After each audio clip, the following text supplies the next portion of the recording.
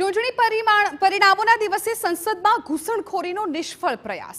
3 શંકાસ્પદ લોકોએ કર્યો છે સંસદમાં ઘૂસણખોરીનો પ્રયાસ।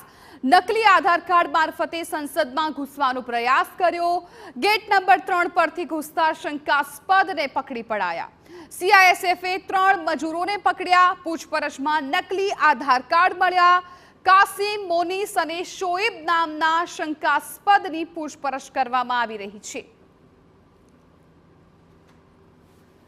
તો 3 શંકાસ્પદ લોકોએ સંસદમાં ઘૂસણખોરીનો પ્રયાસ કર્યો હતો, પરંતુ એ પ્રયાસ છે નિષ્ફળ રહ્યો છે। એ નામ પણ શંકાસ્પદના ટીવી સ્ક્રીન પર આપ જોઈ રહ્યા છો। એ 3 લોકોની ધરપકડ કરી લેવાઈ છે।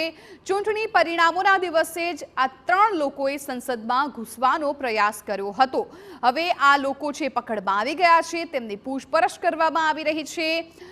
કાસિમ, મોનીસ અને શોએબ આ 3 વ્યક્તિઓ હતા અને નકલી આધાર કાર્ડના મારફતે તેઓ ઘૂસ્યા હતા।